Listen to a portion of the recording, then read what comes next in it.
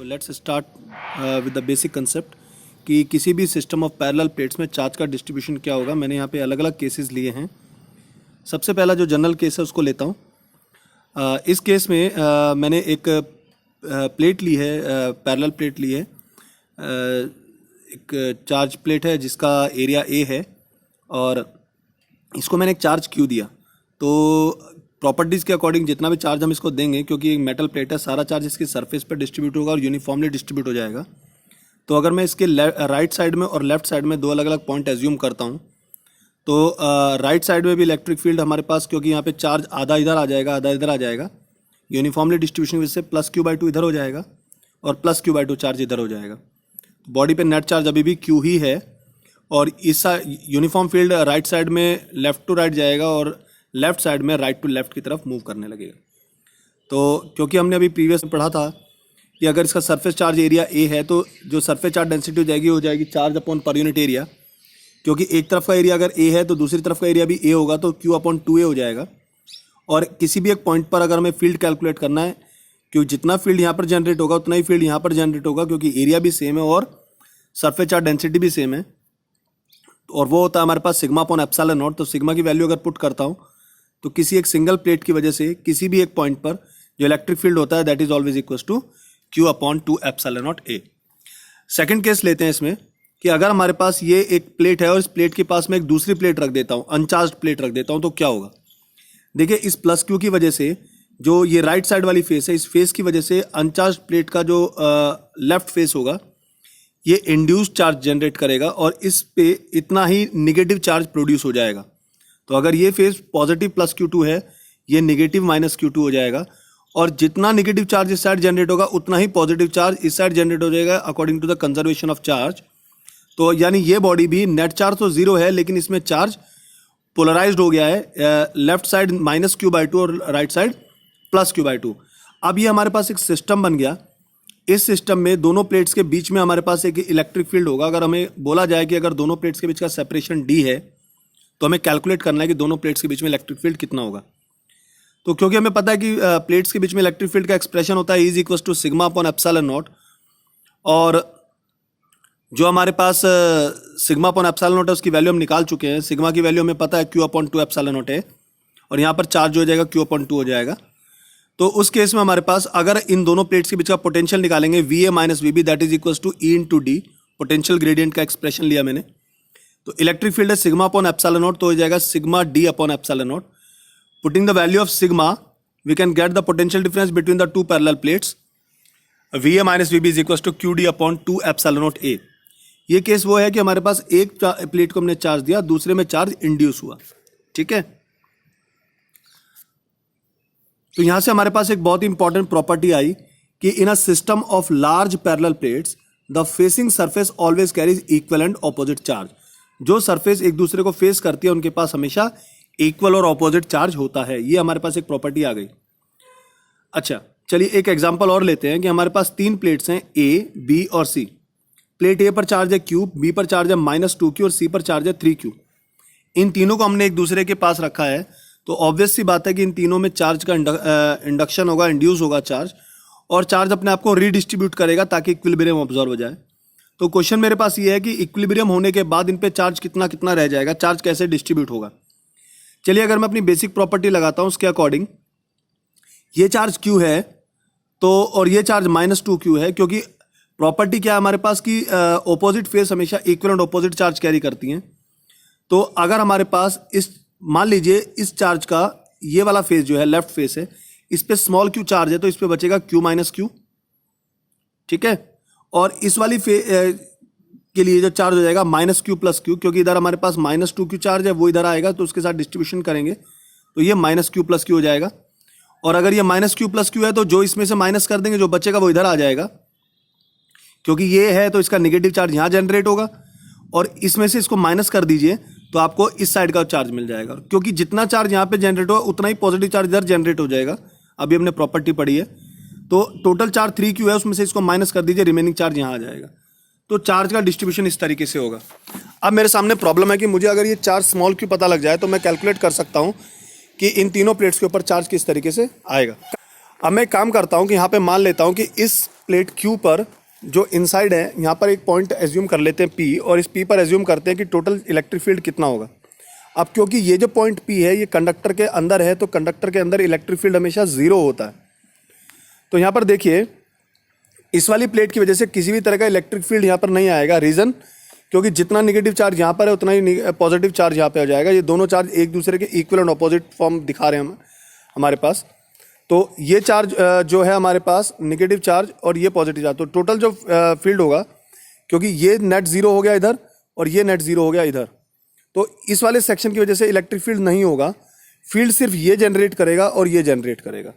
ठीक है, तो मैं कैलकुलेट कर सकता हूँ कि electric field at point P that is always equals to EC minus EA, electric field due to C and electric field due to A only. ठीक है, और वो कितना होना चाहिए? 0 होना चाहिए, क्योंकि पॉइंट जो है वो कंडक्टर के अंदर है। तो इसका मतलब इसकी वजह से जितना फील्ड जनरेट हुआ वही फील्ड इसकी वजह से हो जाएगा। EC is equals to EA। EC की वैल्यू अगर मैं पुट करता हूँ तो ये आ जाएगी twice of Q minus Q, ये वाली सरफेस अगर मैं बात करता हूँ 2Q minus Q upon epsilon not, और ये हो जाएगी हमारे पास Q अपॉन एप्सिलॉन नॉट है। दोनों को कंपेयर करते हैं तो हमारे पास रिजल्ट आ गया कि Q is equals to Q, यानी जितना चार्ज ये है Q, ये Q के इक्वल हो जाएगा। यानी इस प्लेट के A प्लेट के इस फेस पर कैपिटल Q चार्ज आ जाएगा। तो अब देखिए हमारे पास फाइनल डिस्ट्रीब्यूशन किस तरीके से होगा कि इस सरफेस पर कैपिटल Q चार्ज आ जाएगा। अब यहाँ पर स्मॉल q की वैल्यू पुट कर दीजिए तो Q माइनस Q ये 0 हो जाएगा, ये भी 0 हो जाएगा। कैसे? देखिए अपोजिट फेसेस हमेशा सेम चार्ज कैरी करती हैं, और वैल्यू यहाँ पे पुट करते रहेंगे तो आपके पास -2Q plus 2Q and Q। तो इस तरीके से हम डिफरेंट पैरेलल प्लेट्स के बीच में कैलकुलेट कर सकते हैं कि चार्ज का डिस्ट्रीब्यूशन कैसे होगा। ठीक है, चलिए अब हम बात करेंगे अर्थिंग की। अर्थिंग क्या होता है? तो जैसा कि हमने अभी पढ़ा है कि किसी भी स्फेरिकल बॉडी के लिए जो पोटेंशियल होता है किसी भी डिस्टेंस पे, वो होता है KQ अपॉन X। अगर मैं अर्थ को एज्यूम करता हूँ एक बहुत बड़ा स्फीयर, तो अर्थ का पोटेंशियल भी इसी के एक्सप्रेशन के थ्रू निकलेगा।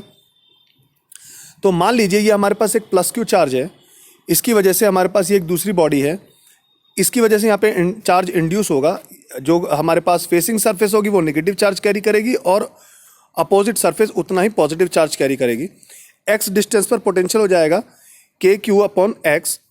अब अगर मैं इस सरफेस को, इस स्फीयर का ये वाला सरफेस अगर मैं ग्राउंड कर देता हूँ, ये ग्राउंडिंग का एक्सप्रेशन होता है।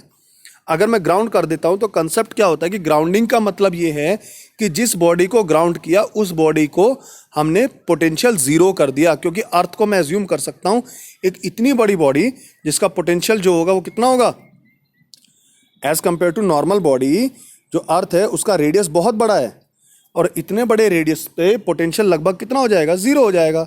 अगर मैं अर्थ को किसी पॉइंट ऑब्जेक्ट के रेस्पेक्ट में इनफाइनाइट रेडियस एज्यूम करूं तो अर्थ का पोटेंशियल 0 है। तो अर्थ एक हमारे पास न्यूट्रल पोटेंशियल बॉडी हो गई हमारे पास जिसका पोटेंशियल 0 है। तो ये जिसके भी साथ जाएगी उसका सारा पोटेंशियल 0 करने की कोशिश करेगी। तो मैंने इस बॉडी को ग्राउंडिंग किया तो इसका मतलब ये इसका पोटेंशियल 0 करने की कोशिश करेगी। तो अगर ग्राउंड किया तो मतलब इस बॉडी का पोटेंशियल कितना हो गया, 0 हो गया। V of sphere is 0। अब इस बॉडी पर टोटल पोटेंशियल कितना होगा, इस प्लस Q की वजह से भी होगा और इसकी अपने वजह से भी होगा। तो देखिए इस प्लस Q की वजह से पोटेंशियल होगा KQ अपॉन X, और इसका अपना पोटेंशियल कितना हो जाएगा। ठीक है, तो मान लीजिए अर्थ ने एक चार्ज इसके ऊपर सप्लाई किया QE, चार्ज प्रोड्यूस बाय अर्थ, ताकि इसके ऊपर पोटेंशियल 0 हो जाए। तो अब इसके ऊपर पोटेंशियल 0 करने के लिए इसका पोटेंशियल बन जाएगा KQE अपॉन R। जितना चार्ज अर्थ ने दिया वही आ गया हमारे पास। ठीक है, टोटल पोटेंशियल हो गया 0। तो इसका मतलब QE कितना हुआ, माइनस QR अपॉन X। इसका मतलब कि अर्थ इतना चार्ज सप्लाई करेगी इस स्फीयर के ऊपर ताकि इस स्फीयर का नेट पोटेंशियल 0 हो जाए। ये अर्थिंग का एक बहुत ही बेसिक कंसेप्ट, और यही एक्चुअल कंसेप्ट है कि अर्थिंग करने का मतलब ये हुआ किसी भी बॉडी का पोटेंशियल 0 कर देना, अर्थ के पोटेंशियल को इक्वल कर देना। ठीक है, अब इसका एग्जांपल देखते हैं क्या होता है। ये हमने एक केस ले लिया कि हमारे पास 3 कंडक्टिंग बॉल्स हैं A, B और C। इनका रेडियस है A, 2A और A। ठीक है, A को हमने चार्ज दिया 1.7 माइक्रोकूलम का, B और C को अनचार्ज रखा, लेकिन इनकी वजह से इन पे चार्ज इंड्यूस होगा और इन दोनों को हमने अर्थिंग कर दिया। तो बताना है कि जब इन दोनों को अर्थ कर दिया तो B और C पर टोटल चार्ज कितना होगा। देखिए बहुत ही सिंपल कंसेप्ट है हमारे पास, Q हमारे पास 1.7 माइक्रो कूलाम है, A की वैल्यू हमारे पास 1 सेंटीमीटर है, ठीक है। अब B पर जो टोटल पोटेंशियल होगा वो इसकी वजह से भी होगा, इसकी वजह से भी होगा और इसकी अपनी वजह से भी होगा, लेकिन क्योंकि ये अर्थ कर दिया तो टोटल पोटेंशियल जीरो होना चाहिए। तो कंसेप्ट अप्लाई कीजिए, तो VB पर टोटल पोटेंशियल जीरो कर दीजिए, एक इक्वेशन बन गई। इसी तरीके से C पर टोटल पोटेंशियल जीरो कर दीजिए, दूसरी इक्वेशन बन गई। दोनों इक्वेशन को सॉल्व कीजिए, आपको आपका रिजल्ट मिल जाएगा। तो वीडियो को 2 मिनट के लिए पॉज कीजिए और पूरे प्रोसेस को सॉल्व करने की कोशिश कीजिए, फिर आप यहाँ पे सॉल्यूशन देखिए, आपको पता चल जाएगी कि अर्थिंग से रिलेटेड प्रॉब्लम्स कैसे सॉल्व करते हैं, ठीक है। चलिए अब हम बात करते हैं कि अगर हमारे पास पैरेलल प्लेट्स हैं उसमें अर्थिंग करने से क्या इफेक्ट पड़ेगा। अभी प्रीवियस केस में हमने अभी पढ़ा था कि चार्ज इंड्यूस कैसे होगा पैरेलल प्लेट्स में। तो हमारे पास फर्स्ट केस है कि ये हमारे पास एक चार्ज प्लेट है, ऑब्वियसली बात है इधर +Q/2 इधर +Q/2 चार्ज हो जाएगा। अगर यहाँ पे दूसरी प्लेट रख दी और उसको अर्थिंग दे दी तो जितना भी चार्ज इस पे गया वो सारा का सारा न्यूट्रल कर देगा, तो इस बॉडी पे चार्ज जीरो हो जाएगा, तो बॉडी न्यूट्रल हो जाएगी, ठीक है। दूसरा केस हम मान के चलते हैं कि हमारे पास 2 पैरेलल प्लेट्स हैं, ये +Q चार्ज हमने दिया, Q/2 और Q/2 हो गया, और जब हमने क्या किया इसकी वजह से यहाँ पे इंडक्शन हो गया। इंडक्शन होने की वजह से ये वाली सरफेस -Q/2 चार्ज गेन करेगी और इतना ही इसके आउटर पे आ जाएगा +Q/2। अब अगर इस प्लेट को आउटर सरफेस को मैं न्यूट्रलाइज कर देता हूँ, ग्राउंडिंग कर देता हूँ, तो ये +Q/2 न्यूट्रल हो जाएगा ताकि इस सरफेस का पोटेंशियल जीरो हो जाए, ठीक है। तो इनिशियल इलेक्ट्रिक फील्ड Q/2 ε0 तो फाइनल इलेक्ट्रिक फील्ड कितना हो जाएगा Q/ε0। तो यहाँ से हमें पता चल गया कि फाइनल इलेक्ट्रिक फील्ड जो होगा इनिशियल इलेक्ट्रिक फील्ड का ट्वाइस हो जाएगा, ठीक है। अब अगर मुझे इन दोनों प्लेट्स के बीच का पोटेंशियल डिफरेंस निकालना है तो निकालने का तरीका EF × D जो फाइनल जनरेट हुआ, तो हमारे पास यहाँ पे +Q हो गया, यहाँ पे -Q हो गया, ठीक है। तो क्या होगा कि पोटेंशियल हो जाएगा QD/ε0। फ्रेंड्स यहाँ पे इस डायग्राम में एक बहुत इंपॉर्टेंट चीज़ आप देखिए कि जब हमारे पास ग्राउंडिंग नहीं किया था तो Q/2 था, ग्राउंडिंग करने के बाद Q और -Q हो गया। क्यों हुआ ऐसा ये मैं आपको समझा देता हूँ कि जब हमने इसके पास दूसरी प्लेट रखी, प्लेट रखने के बाद चार्ज इंड्यूस हो गया। अब जब मैंने इसको ग्राउंड किया तो ये क्या करेगा, इस पूरी प्लेट का चार्ज जीरो करने की कोशिश करेगा। तो पूरी प्लेट का चार्ज जीरो करने की कोशिश करने का मतलब क्या हुआ कि यहाँ पर जितना भी चार्ज होगा वो इधर जाएगा। तो पहले +Q/2 गया तो ये वाला चार्ज फिर शिफ्ट हुआ और तब तक होता रहेगा जब तक कि सारा का सारा चार्ज ये न्यूट्रलाइज करने की कोशिश ना करे। तो ये जो इस साइड का लेफ्ट साइड का जो Q/2 है ये भी सारा का सारा इधर आ जाएगा, तो इधर +Q रह जाएगा और इधर -Q रह जाएगा सरफेस पे, और ये जीरो हो जाएगी, ये ठीक है। ऐसे हमारे पास एक केस और ले लेते हैं कि हमारे पास 3 पैरेलल प्लेट है, मिडिल वाली के पास आपने चार्ज Q रखा है, इसकी वजह से इन दोनों पर हमें कैलकुलेट करना है। तो 2 अलग अलग केस निकाल लीजिए। अगर हमारे पास इस वाली को ग्राउंड करेंगे तो -Q +Q ऐसे बनेगा, अगर इधर वाली ग्राउंड करेंगे तो +Q -Q इस तरीके से हो जाएगा। अभी हम पीछे से पढ़ के आए हैं। लेकिन अगर दोनों को ग्राउंड कर दूंगा तो क्या होगा, देखिए दोनों को अगर ग्राउंड कर दिया तो जो चार्ज Q दिया, मान लीजिए ये वाली सरफेस Q1 चार्ज लेती है तो ये नेगेटिव Q1 हो जाएगा, और इसको Q2 दिया तो ये नेगेटिव Q2 हो जाएगा। लेकिन Q1 और Q2 जो है टोटल वो इस Q के इक्वल ही होगा। तो चार्ज का डिस्ट्रीब्यूशन हुआ कैसे, E1 जो हो जाएगा इलेक्ट्रिक फील्ड इन दोनों प्लेट्स के बीच में Q1/ε0, E2 हो जाएगा Q2/ε0। अब Q जो हो जाएगा Q1 + Q2।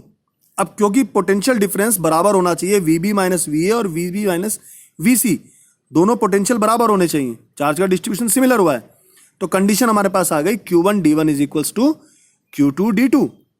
अब ये कंडीशन आ गई तो इसकी वैल्यू यहाँ पे पुट कर दीजिए, आपको Q1 और Q2 मिल जाएगा।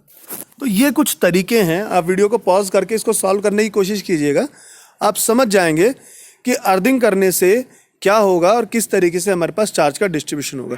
तो फ्रेंड्स प्रैक्टिस कीजिए अर्थिंग की प्रॉब्लम को सॉल्व करने की, क्योंकि आगे हम कैपेसिटेंस में बहुत यूज़ होगा इसका।